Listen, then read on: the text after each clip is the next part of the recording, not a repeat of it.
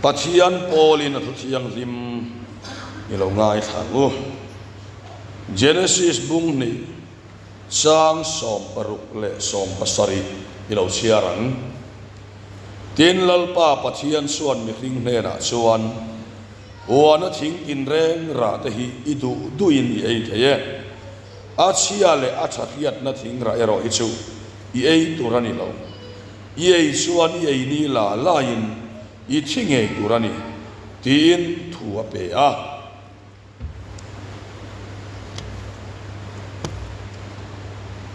Genesis bung som thum le pani sang som ni pali le ni nga tin Jacob pachu ama chobina omta a tin mi pakhatin ani chu khoping cha thangin abuana tina ne lo ti akhiatin amal puiru chuk to chuan a khoi saka ti chuan abuan lai chuan Jacob amal puiru chuk to chu alo pel solta a zain chu ka chiar de du adona min lo khatiam don ne ya zol nei sa ya bu bunga sang som ni lo chiar ang thil chalo chu thil cha ti ya thil cha chu thil chalo ti china em chu thimanga ya thim chu enga ngai china thil thum chu thil kha anga ya thil kha chu thil thum ngai chin tu te chung chuan chunga pike pakhat thung thar lam lo chia lang Galatia ramami te na te ko pole khathon bung ni sang som ni le ni khat lo chiaran Krista ne na khen bein kom ta nima sela kanungani keima ero sukani to lo Krista su keima nu so kani tin tu na ti sa kanung hi rin na anung kani pachian fapa min mangaya ka aya in peturin na suan pathian khongai na suka bo lo ve dana wanga fel na om si chuan Krista su athoni na thian ni ang athu kan chiarte lalpan kan sa kan mal min som sakro se trong chai turin amen revival kim speaker pu esal mingliana ero som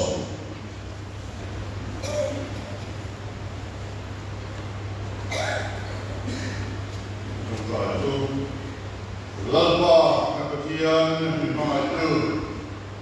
saya nak konfronti kalau dia mah ini buktian mah mungkin sambil kau bagi lalpa kalau bukan saja lalpa kapatian kau mana bagi insan dah kau mana bagi ini kan lalpa lagi dikai kerana kau mana bagi ini kan insan laut dan sandakan dari orang kau mana pun bilang lalpa kan lo bukan saja. Kalau usung aja, namanya ada sebab ada lalpa kan. Kalau lambe namanya kan pada durin. Kau kan ada hubungan lalpa. Nanti lalpa malu sok sekam sen. Lalpa kan jalan. Insyaallah kami pakai tunda kedua ini saya salah. Tapi kuat atau kan hoda. Masalah kulit sana kan mana durin. Nanti kau akan malu sok salah. Insyaallah saya tujuan itu turbo. Nanti kau akan kerap dengan tuanglah. Dijang se. Nanti kau akan kerap nade. Insyaallah kalau pasal Islam ini kan dia. Amin.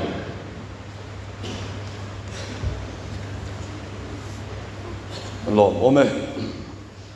Hey. Kau kan ni buat ni khop maya, milung ngai ke cian tim, revival apa, an tim ming krim ya seniora, suka canga aron suap, amen revival tim, kuminga, anom lea kuminga nen peisuan, COVID life han sinotin, revival programming, street preaching, kan naya, viral kaya, kan zukal toa, nuam khop maya. asangei chu heve ula puin tiwa tang kesik ni hi amain athai zo vek pui takania ei abula so kan tera maya revival speaker palian pani kan suan vo inna ya va nei khop mai leng zanina hian kan thupu ya tan suan nang ma ini to lo ti mangin pathian thu soi kan to mani nang ma ini to lo ti chu harau chong ani lo chuan mi a chong ngani ringot maya pu reki mate dam do in lama ma ni in hai ho thu ni om takania hovel chong achang chuan ama ero chu Bible chong achang ero chuan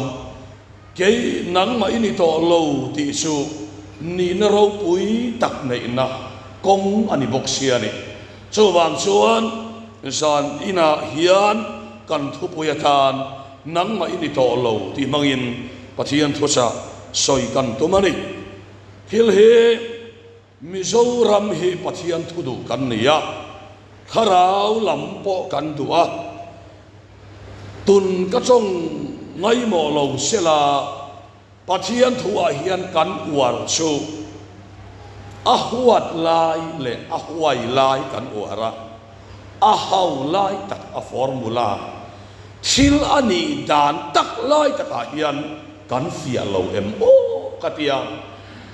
ati dan tak thil thati tu chu kan khia ma si ati dan tak le ati theina tak laya kan buai le a chutiang suan pathian thua hian eng ang pon han tlan ma ila a formula lai tak man lo chuan tling chela piang poi tia zual piang chau kha ani thayani chowang chuan thanem ngai ro rawa po hian pathian ne na tir le in zom dik tak zona rong bol na khasuan ti khan harna theng maya amaro chu aya thanem zona ai po khan thanem han ngai po ni ila ati da no dik lo chuan om sia nei suang lo ba chowang chuan zan ina elai hi soi kan tumani nang ma ini to lo ti su enge ni kam ti chuan Poland Galatia bung ni chang som nia Krista ne na khen be kong ve ta nima sela kanungani keima ero su kani to lo Krista su keima anung zo kani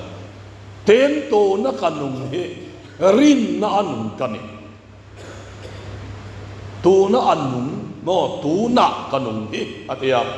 a present life kha soyani chowang chuan pola hian tu na kanung hirin na nung kani keima ero su kani to lo atia chu sual ma son dan to choni mai keima an piam tharang huwa po keima ni kan la ni zel hi sual kan ne thei lo na ni chowang chuan pola te chuan pathian thua hian an chiang khapa kan ram chu keima ni kan la ni zela sual be tur pon keima ni kan la ni a har sat na ma chon tur poi keima ni kan la ni zel hi a poyani eva nge kan ti chuan keima ni hi chuan eng ma kan ne thei lo ti pathian ne na bia in ngai ko pon ni ila tlom top chin nei tho kan ni a fel pon ni ila fel top chin nei tho kan ni a chowang chuan eng anga pon fel ila clean chin nei fel na pa kan pon lo wa in keima lo vin eng ma ti thei hek lo chewati a keima ni kan ti tak hian eng ma ti thei lo wa in cross a then beta aya thil ti thei zo thole Krista nung khabin beta zo keima ni thak nan afa panun min pe a chu min pe taka chu keima ni kan ti hon ko na eng kim kan nama lalpa pa nam lo sa chu apa thian thula ya kha zaina hian han soi kan duwa tin ka ngai tua thina mi te ka kom thina har sak na te hi an ma ni an ma son thina cho tiang zel chuan ne sual po hi an ma ni an do thina eng ang pon do ma se an ne don lo krim petera chan ang khan an chananga an phat don tho te hi chiang ani lali su khan petera kha peter nangin imi khiat na hian an khuan mai voi thu mi phatang atia petera chang ko na samaya te chuan phat lo po tum nghial maya thei to pin pui thiam boy mal ka dem po an loi khal lokka e petera nge mi chane ti ngamin a thei to pin a changani amaro se suan pui thiam boy mal ka dem la a bengan vualea i son manta a to pa chuan arin ang i so lo ni tak silova chuan ain pi makanga ama mantu zoda pui thiam te le rom si paite ati hum vek tura nga ilayen an man tareng mai sia a hlawa tlan seta a ka phat lovang ati i suan anei sa hi suan a phat don te a anei sa ni lo i suan Pentecost ni anun thar pe patum sol kani pathian pakinom lo se helai tak mai hi kan ram su mi khinga chang siam that kan thuma angam tu tur e ruk nai na ngam lo mi pat mei siat na 6 month kholo na sualina a khoi thei lo le angam lo thâu le nun zok nei kan tum lawa man lo chang kan tuma e ruk lo chang kan tuma kan ma sum tam tak lo in chop chon kan tin le lawa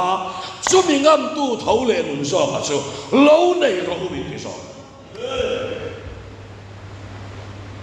ase kan ei ra turani kan fel turani mo en kom chak lo ka pungai omas ai kan ei ra turani lo kan fel turani kan tia fel tum ma sere yan dai le lo so wang son san ina sual ve lo i suak Kristanun kha polan keima anu so Tentu na kanung katsak na karinto rin ta kanino keima Krista ringin kanung taso so apoy mo maya so minu na chang son thilhi ani zai maya sampai pa puta saya ang David ata zai maya ani turang hi ani zok maya ni leilo ni kantumani kan chief minister tunami pulal do mai chief minister ani ma MNF ministry uzoram thanga chief minister lai khan tuna amotor donang song he don tumta sela abuai ngotan achan so chief minister ni na portfolio khapek ala ni lova pek ani chuan don tum lo ma se an pe don tho so tiang chia chuan zat ina po hian Krista mi alo nuna keima kani to lo tuna kanu he Krista ani ati to chuan ama ina ngam lo kha anun na Krista mang chuan ngam to ni ani na taka chuan ka campinga ka thosoi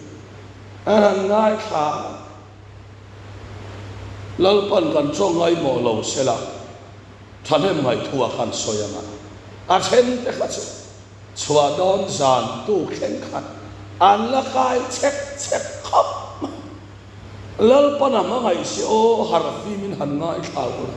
in vachiang don em te karil ro ale la ma so ka uil a then an ru ya an ngai tua mang bok si la ma se khil lo la ina kha chang ve se ni kam du san bok si ya chu tiam le suan sai na hela hi apoi mo hi ka ti si ya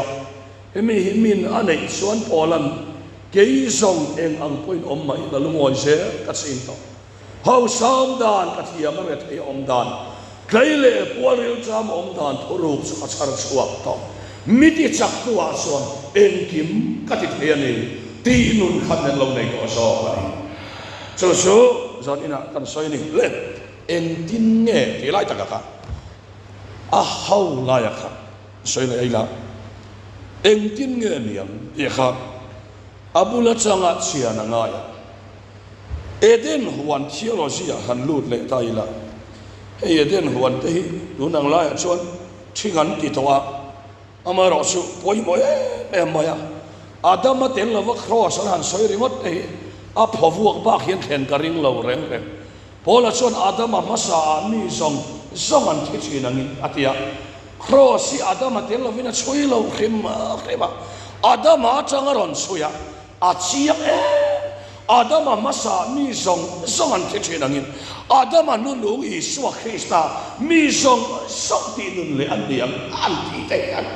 cross ke chu a chiang bi ka tiam tu lai chang thar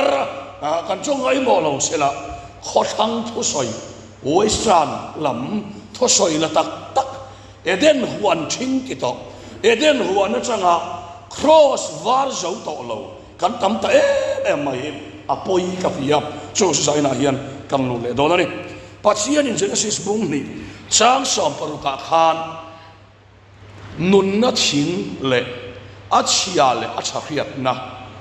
knowledge of good and evil ka adani achia le acha khiat na thinga kha chu chu da ti chuan pathianin ei lo tu ra ti chu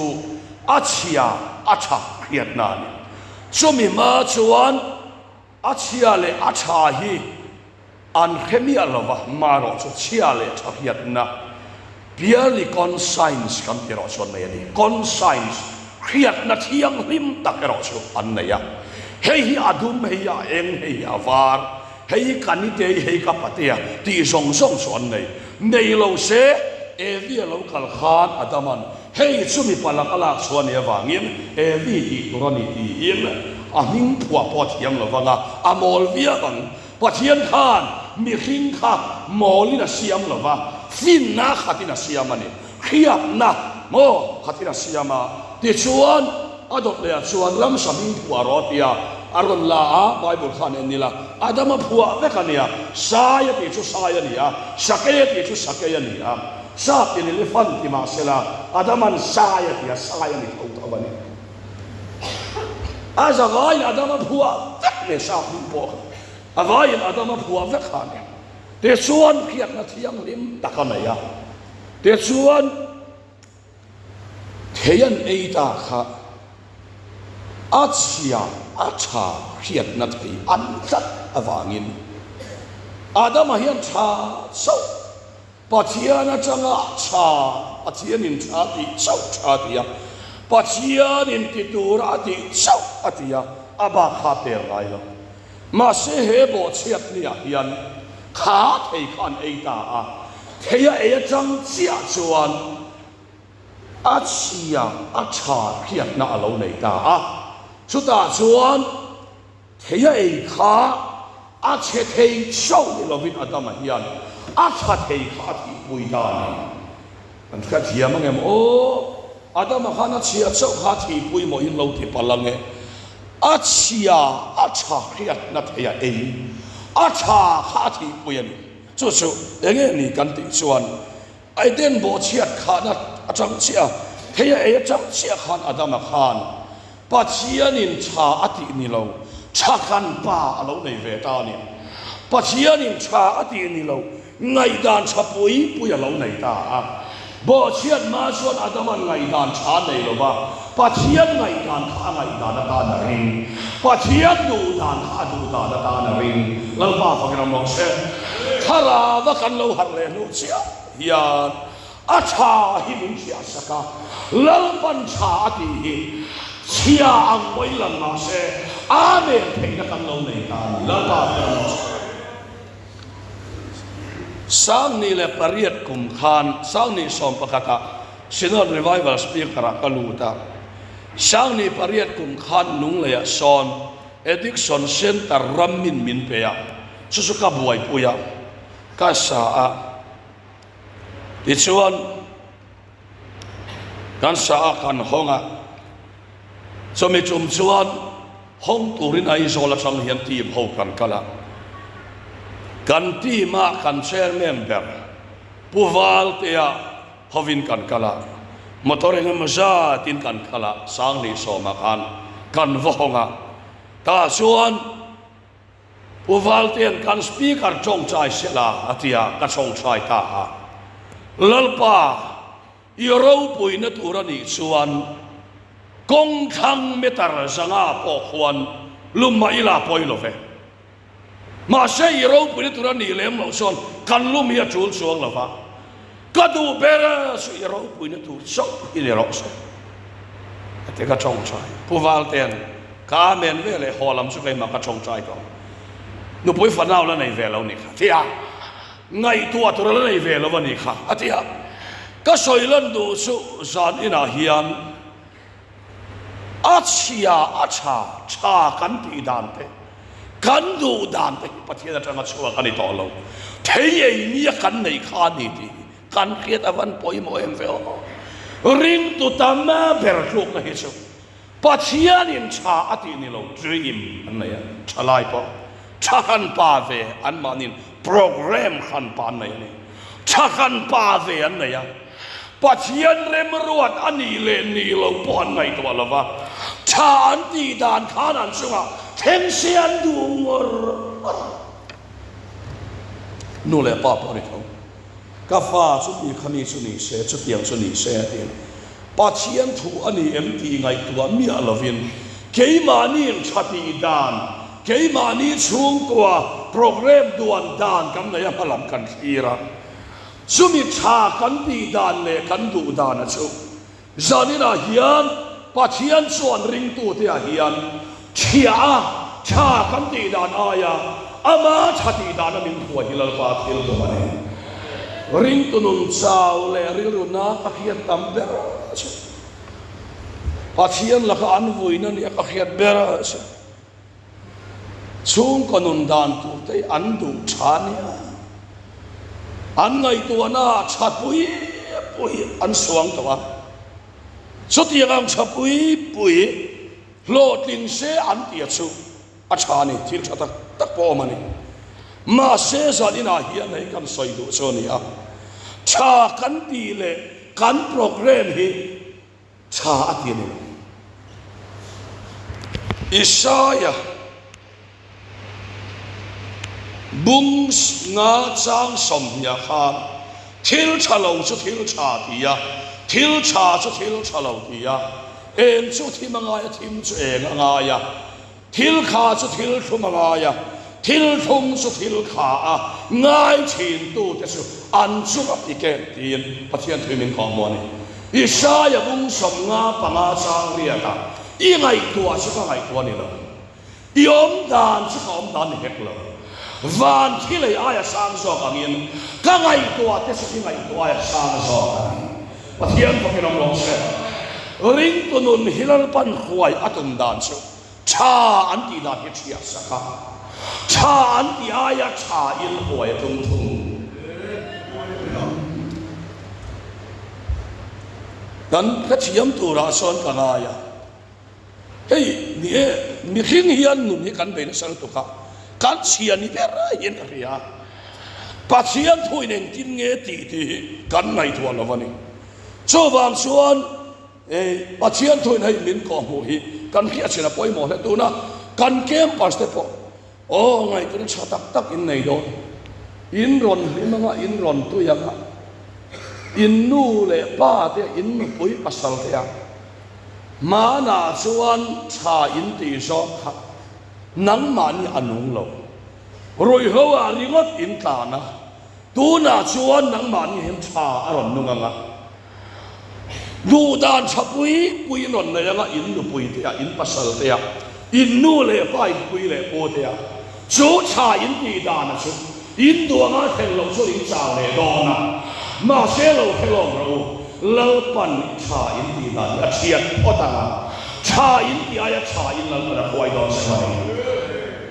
cha kan ti dan hi tu ma ning khoi lo cha kan ti dan hi ama na chia phota chalo nia kan pia ta hi ron la le chi soi thiam long ga ria ring tu ni apoi mo lu tok sia I kanan piang thar phata ai rak edik ke chu ngal vai ke chu min lo khathiam ula roi lai ke chon thom lo de ba tengan vom vel mai ma an mu vel mai ma eng ma hi kan ngai to nam tak tak lo ma se kanan piang thara kanan piang thara kan han fai cham ta ngai to na hen khovel en aron ngai to phak sau ta ni chu ga chon thil chatak tak kan ngai to cha kan ti da na kan le kan to ma kan do da na thila ten lo khan kan sao le fo ani so a chia le a cha kiat na thei kan ei tak ma yang ei kha pathian in tho sa khem be cha kan ti chia aman cha ti zo ki ke ma ni alang pan kun na dum so ka vui lo na le ka malam hun tho sara hei puminga te tim ka do ma amen tian ya ke hi pathian thu ka soi hi min lo khathiam ula ai kan vem chunga po hian trong moi lo ni lo sela eti khong hian min ngai na ve le maya so tiang sel chuan ka practice lo hi pathian thu ka soi vak lova kan no pui hian min on phone min on phone ka ti min on WhatsApp then ta nga camping kan nei la yin kabad de ni on wisa chuta aron soi chu hai hian kanu puhi ms sociology ni le khathia mani mi finga ni le chu revival speaker kan sida revival speaker le chu amol lo to khan kan hevia aba kan kal thui lo ti chu in khathia ma yang a speaker zom som chu an mo chuak mi alaba chuta chon kan no hian miron WhatsApp aron soi chu hian ya rin na kapa ai ko ma po pa so pa claim te tam du chu ni lo claim te in po pa so pa a fing so ko ka fel so ko pa yang suan rin na kapa kamang an le kalung mai ni pia rin na ka sak na ngar ka cha ni cross hi dan min sir tir tu ka pasal du tak ka ngai sang se ka suang se miron te miti fo ka ngai sa no mi alo ani ale ka kiam lo ma se zani na ka soi du so i pathian khawai na sar cha ka ti hilal pan chalo ka ti thina cha ka ti a thia na muna ama ai kuang thin kan nu yen ni put siang lu ka cha ka ti ke ka du dan thia na muna ame ka pe na muna hian lal pa tha ti tak ya lo teng thina chu cha ka ti a hin lo cha ta i se ke to tiang te chon lu ula in ha dam e in na pi lan tu ba ko lo alang the ka ya cha in di kha cha in di le tu ba lan pan cha lo di ma se cha in di tat se la lan pan cha lo di ma se cha ka ti thau tho ka ngai da na lo in di khat se la song song so cha i di so cross da ron e ga la ke ma i di tak mai kha thei e tu ka cross a pher be tam se la thau le Christian na ngai cha so i ngai da ngai cha so ke lo da poi don se so te so kem pasta ka sa do cheu so ne so te yang te so han ka lo la e nu le pa bo lo om dan in thi ama cha in ti dan te in dream te in plan te in scheme te sia ani huna ko depress in kiloma anxiety in kiloma cha ka ti hilal pan cha ti la cha ati dan chulan theng ko hallelujah lal pa ba ram lo se ka cha ti hit chian ma se la ka cha ti aya cha zo khina man min khoi do na ni in lo ti thiam to apa la siam to nun dan ka lo thiam ta nun dan ka lo thiam ta min sir ti tu la liswa amang nge yani lungoi sel ka sinta lungoi sel ka sinta lungoi na min khen tu poi suani intier mai don alai nu he akaro pui ka tia o pathia thu hi man avangai tak e mitam tak chuman silo hian thei to philan dei he ma se tun ngan tong ngai mo lo se hare em anni tu rangan ni thei lo khen tu ran an khen lova zo na ru kan nga buai na ru kan nga mi bulan soi gam si lova anu na buai ru em mai cho bang so zanina e hi kan khia fi apoi mo le ni te chuan enge kan hu le kan ti chuan bible kan ena jacob kha ngai dan le du dan chuan a u esavan tha tuma tlan chiania te chuan a pian na rama pathian in kir le to na pia avakir le do na chuan a u esavan sipai tam tak ne ama to ron kala kami cuma jacob na mamo bera jacob ati chakhane jacob thuam chakhane ma se jacob ngai dan nin a u esavan ne pathian in rem tira tumlo jacob chakna a u ma chon atumna jacob chakna lai ta amal puiru chuk tua akhel tha thalai lalpana khoi tela jacob chakna zonga zong chia pai tekania jacob na u ma chon thiam to ma selal pada lo kal khala a u esa me la kathiani mangai na he lo lan tian kan lal ba ram no se kan sakna chia ta ama sakna zo hian in khoi ten zo zarin chei kan rikota hei min lo khathia mula ke ka thil ton chopi soi nga sel mai kan vo in khan hei phei khok Hollywood star kan idonies kan celebrity sovina an buanang ching kadong lol maya asam se atau mel box hian ka kon kalani unau te over ne ka khiat thiam chai heli cha kan ti zong te kan du bera te mila sakichuan athak na lo dei wa man chi lo ba me mo se cha kan ti dan hi achia chuan aya cha hi lalpa ai buang se na chung kwa po aro puina min hu te china cho ba sa sa na hian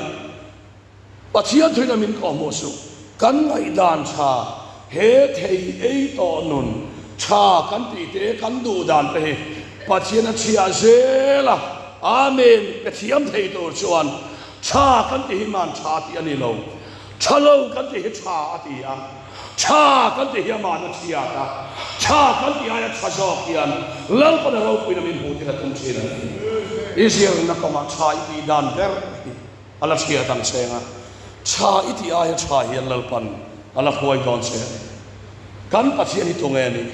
cha kan ti dan chia ta aman cha ati dana min khoi chidani cha kan ti dan a hian aman kan dana chatura lo ti so he alo cha dei se bia lo nia cho wang sa samina pathian thuina min ko mo hei hi ni ti kan kena poi mo chulai tak su pola suan a ka chiang em a angai dan te adu dan te cha ati dan song kha kalvari tanga khen be ani tok ti a mu chiang me ma krista ne na khen be in kom ve ta kadu dan te ka chati dan te ni ma sela kanungani kei mai ro sikani to lo krista sa kei ma nu so krista ama anu krista du dan le chati dan sa ama lo nun ta lo pa gram no se ka chati dan a chia ta nga isu at sok ni lovin isu ale a chati dan krista sok ni lovin krista le adu dan angai dan su kei ma lo nun ta thang te le ka ngai dan he calvary ta la min khen ta lo pa gram no se kei su min tha khen ta mi thara ka lo ni ta cho wang chuan ka du dan cha te ka ngai dan cha te ka ron bol pui ma chia lo ni hian amen te dan ka lo siam ta lo pa gram no se no pa in karanun dan ka lo thiama una in karanun dan ka lo thiama voi ni a hian sarkara ka don turang ka don lowa nun dan ka thiama nalak chung sanga ka fa te an lak lo nia lak lo om dan ka lo thiam ta lo ba ma kram lo se cha ka ti dan min thia se ka aya cha hi ka tan lo pa ko ta om ni so pathian thui min ko mon chu tiang anga mi alo nun to chuan abulom ha da Krista chan sin hi inuna chang min non sir nge nge to do isoi ai inun aring to anga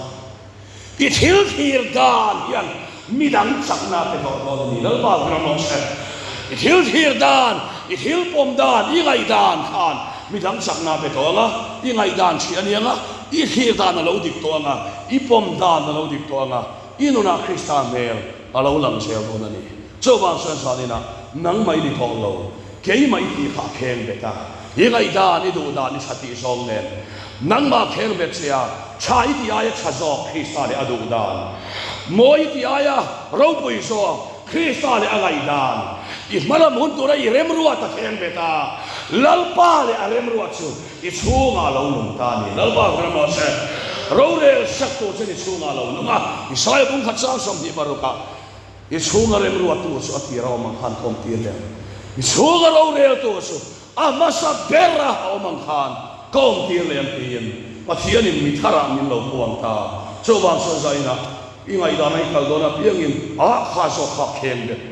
ka ngai da nai kha so lo pa ngai dan yen ro puina lo lang bon so so kan non thar so kani lo ti sel don nia a thu kan soi te lo pan kan sa kan man so lo se